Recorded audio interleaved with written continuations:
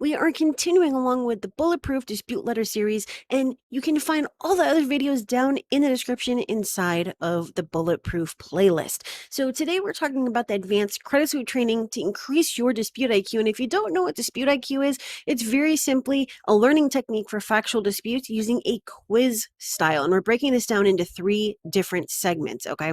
So today we are dealing with the first segment of this, and at the end of all 3, you are going to get the link to actually this page itself, so you can do all 3 by yourself. We have true and false, we have dragging the text, we have different statements to choose from, but it's a great way, and I got a ton of awesome feedback, so that you can learn how to do factual disputes because it gives you immediate feedback if you get it wrong. So while you're down in the description, make sure to like this video, subscribe if you haven't done so that you don't miss anything that has to do with increasing your credit score as well as removing the negative items from your credit report. Now, I'm also dropping the link to schedule a call with me for the one-to-one credit sweep service if this is something that you don't want to do yourself. And it's really, really simple. You're just going to go to this page, click on Start Here, schedule your call with me, and I will see if I can help. Now, the last thing that I'm going to tell you is down in the description, the link to access the dispute letter creator. And this is a tool that allows you to very, very simply answer 5 questions to create your dispute letter, choose a couple drop downs, and that's it. Now you created your dispute letter. So if you are struggling with creating dispute letters that convert for credit sweeps, then this is an awesome tool. And it's 20% off right now. I just launched it yesterday on the 4th of July. All right. So you would just come over here to this page, and it's vault.my740.com. Click on the dispute letter creator, a Google Sheets tool right here. By now, you click on it, and I'm going to actually give you a direct link to this so that you can use the coupon. So let's jump right over into DisputeIQ.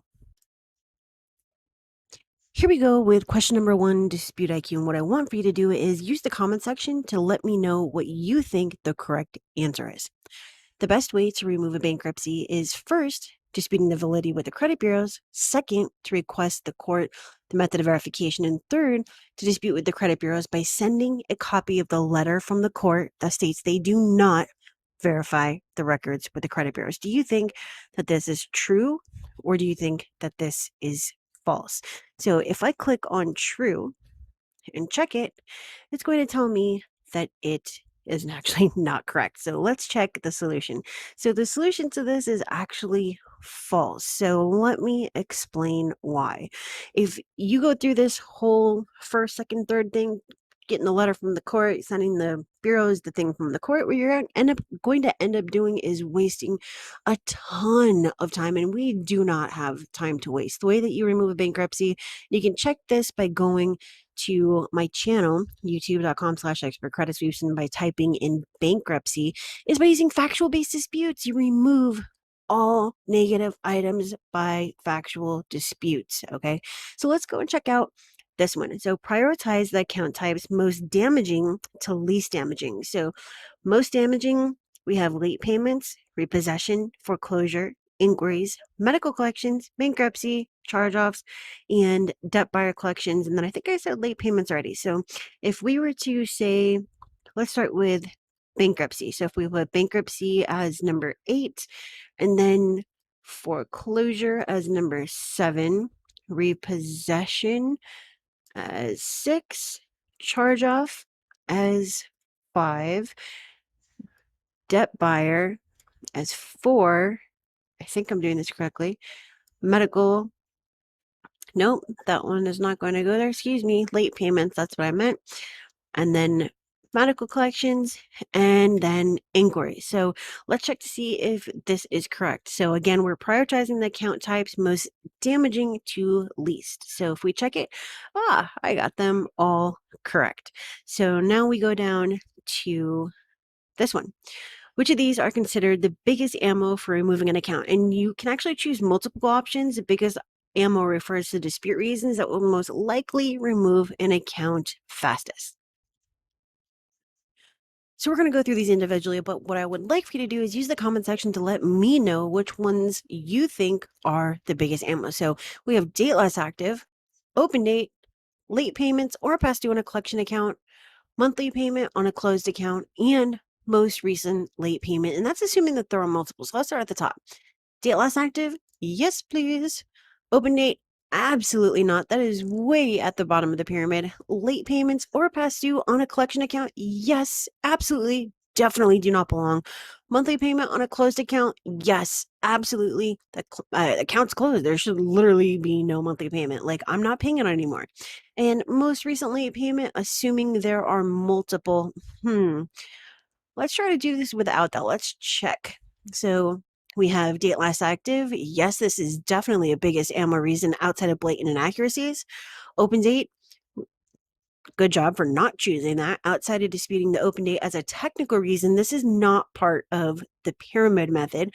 And then late payments or past due on a collection account, correct. By default, a collection is closed-ended and should not report any late payments versus an open-ended account like a credit card. So in addition, a collection is late by default. Duh, it is in collections and should not report as past due.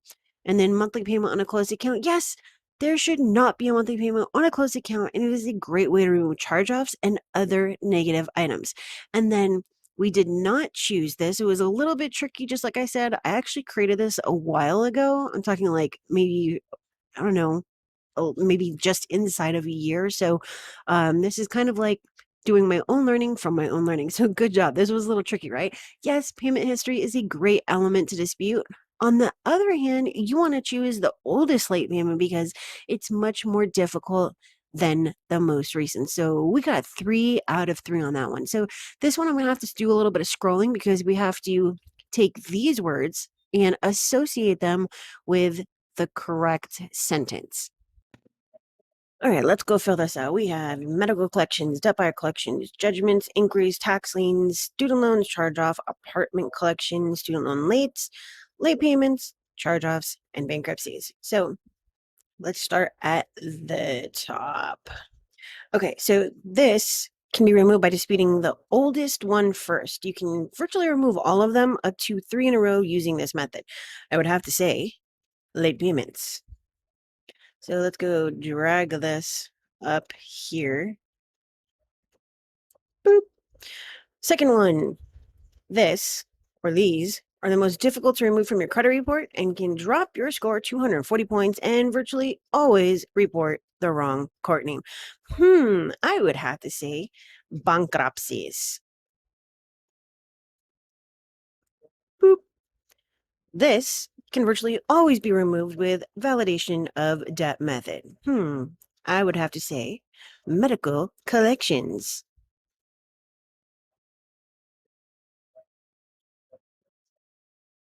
Boop. Okay, this can be removed fast if you find a discrepancy in the plaintiff, balance, or court name. Judgments.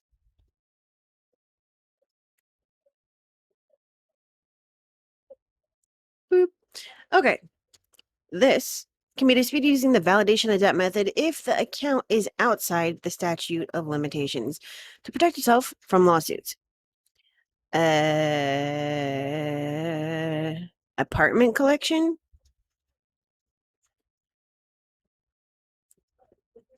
This can be disputed using the hierarchy outside of blatant inaccuracies, beginning with the date last active. Oh, I'd have to say charge offs. Boop. Okay. With late payments beginning at 90 days can be updated by disputing the lack of 30 or 60-day late. Oh, okay. I know what this one is.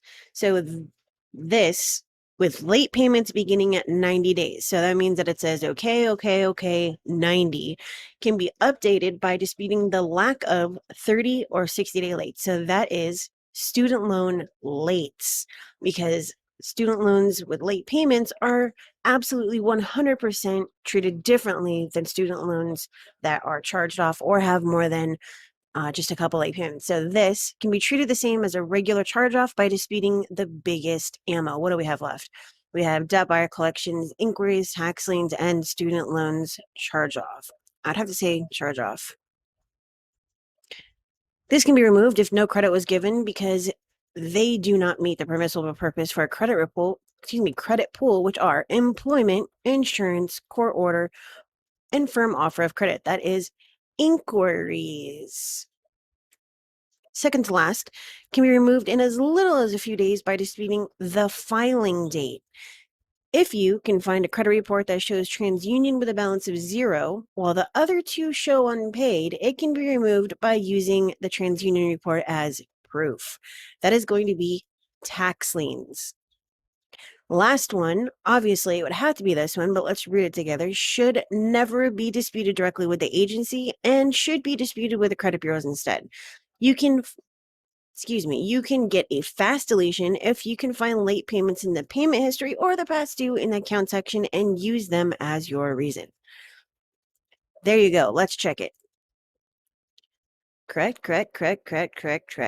There we go. Yes, that is what I like to see. I got 11 out of 11. All right, so we are moving on to the next section, and I am going to need your help for this. We have 4 of them here, and when you do this yourself at the end of all 3 sections, or whatever we're calling them, you can actually listen to it instead of reading it. So it's pretty cool. So let's go on to this section. Okay, so we have 4 different segments and we have an account situation. And what I want for you to do is use the comment section to let me know which one is the correct answer. So for Capital One, we have a status of charged off, a $500 balance on all 3 bureaus, a monthly payment of 0 on all 3 bureaus, date last paid 5/5/2015 on Experian, 2/6/2015 on TransUnion, and 3/2/2017 on Equifax. So do you think it is the date last paid, monthly payment, or the balance? Well, let's look at each of them. So date last paid is 3 totally different dates. Monthly payment is correct. It's 0 because the account is charged off. There shouldn't be a monthly payment. We have a balance of $500 on all 3 bureaus. So the correct answer is actually going to be date last paid. On this next one, we have portfolio recovery. So the status is collection, obviously, it's a debt buyer.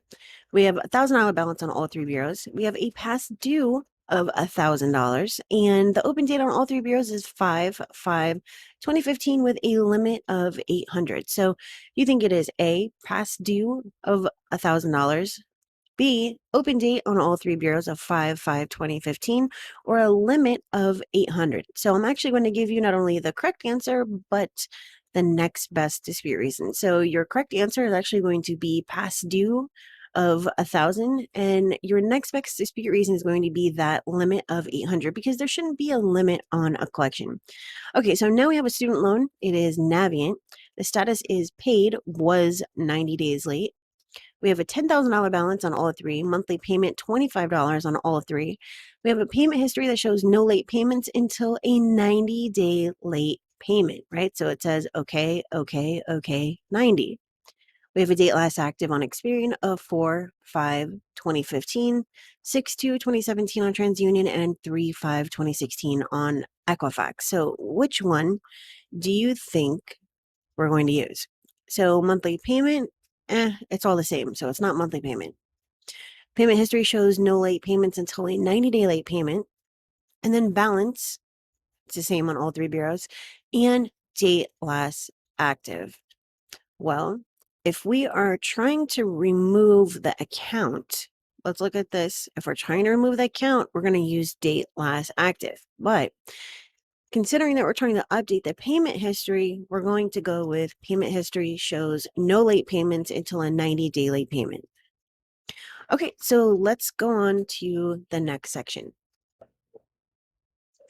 All right, we are on the last section of this segment, and don't forget, we still have 2 other videos for the rest of these that are down here, but we are only dealing with up to the true or false. So what I want you to do is use the comment section again to let me know if you think it is true or if it is false. You can dispute directly with the creditor first without disputing with the bureaus first. Do you think that this is true or do you think that this is false? I am saying false.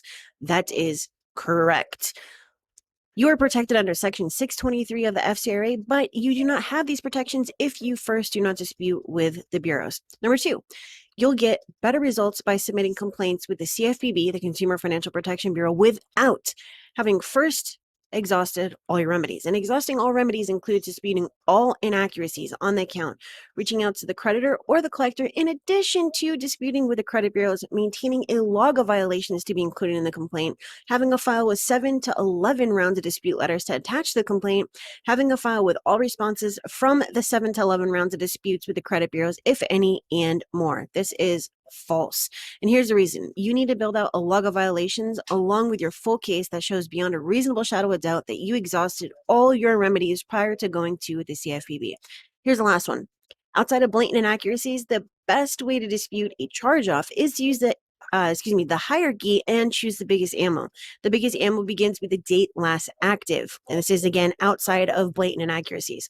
If the date last active is inaccurate, and I'm talking about a difference of months and years, not days, this is the best option because it's a date that stipulates when the account will naturally fall off the credit report. Okay, so I am going to say true. And even though this is a typo and it should say correct, it is correct. Okay. So don't forget that we have 2 other sections for DisputeIQ. That's all of this down here.